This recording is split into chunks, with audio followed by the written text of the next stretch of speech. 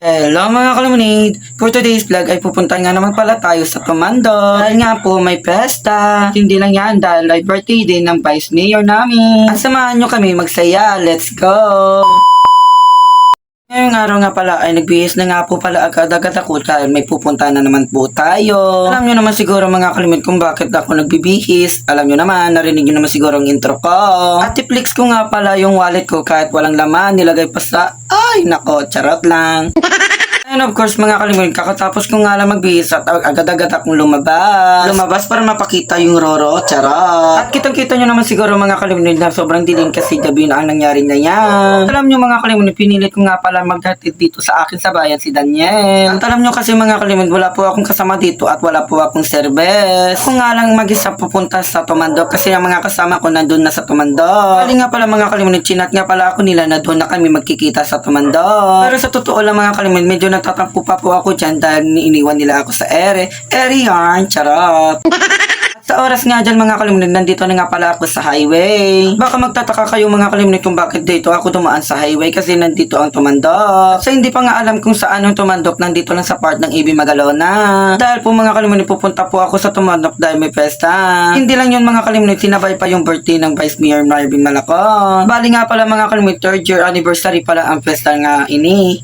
At ngayon nga po mga kalimunit, nandito na nga po tayo sa Tumandok. Kitang-kita nyo naman siguro mga kalimunit na maraming sasakyan kasi maraming bisita. At alam nyo kasi mga kalimun kapag may festa ay maraming tao. You know naman guys, di ba? Charot. At nagpapasalamat na pala ako dito kay Nang Daday kasi pinapakain nila agad ako. Shoutout sa inyo. Siyempre mga kalimunid, nagpapasalamat pa rin ako kasi inaabangan nila ang vlog ko. At ayun na nga po mga kalimunid, pagdating ko po sa bahay ni Nang Daday ay pinakain agad ako. Shoutout ko nga pala si Ganda yung nagluluto ng Shanghai. Paborito ng lahat. Sa oras nga dyan mga kalimunid, pagkatapos ko nung kumain ay agad-agad akong lumabas. You know. Bago nga pala akong lumabas dito mga kalimunid, nalilibang pa kami sa mga kabataan. At ayun na nga po mga kalimunid, pagkalabas ko po ay binigyan niya agad ako ng gin na may timpla, wag ako, charot. By the way nga po mga kalimunid, nito pala ang mga kasama ko. Pagpasensyahan nyo na po ako mga kalimunid kasi hindi ko po sila nabidyohan para hindi makita nyo agad mga face nila. At alam nyo kasi mga kalimunid, nahihiya pa sila magpapakita ng camera. You know naman, ako nga muna magpapakita sa camera, pagbigyan nyo na, wag ako, charot. Gusto ko nga palang ipaalam sa inyo mga kalimunid sa mga nakakilala sa akin na hindi kita masyadong mapapansin kasi nahihiya pa ako. Pasensya na po, bawi na lang po ako sa next nga magkita night time. At syempre mga kalimunid, sa mga gusto nga pa pala magpapapicture, pwede.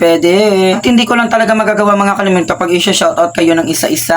Ayun na nga po mga kalimunid, pumunta na nga po kami sa court para hindi pa ako masyadong malasing. You know naman, ang technique, gawin natin. Bali nga pala mga kalimunid, maraming event ang pesta ngayon sa Tomando. Ang event nila mga kalimunid is Bongga Kananay at saka singing contest.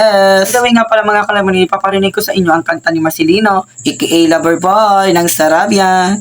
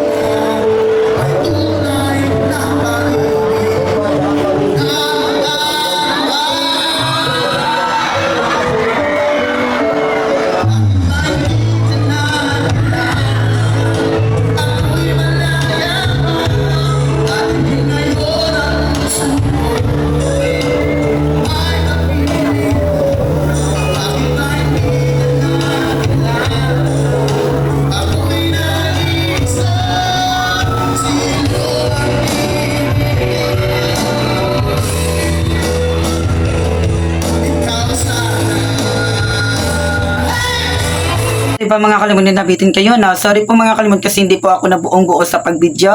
Comment lang po kayo mga kalimutan kung ano masasabi nyo sa kanta ni Marcelino. Bibigyan ko po ng 5 piso sa mga nagustuhan kong mag-comment. Sa oras nga dyan mga kalimutan, ina-announce na po kung sino ang nanalo. At kung ako ang tatanungin ng mga kalimutan kung sino nanalo, sorry po mga kalimutan, wala po kayong makukuha magsagot sa akin. At alam nyo kasi mga kalimutan, hindi po ako nakapanood ng buong buo.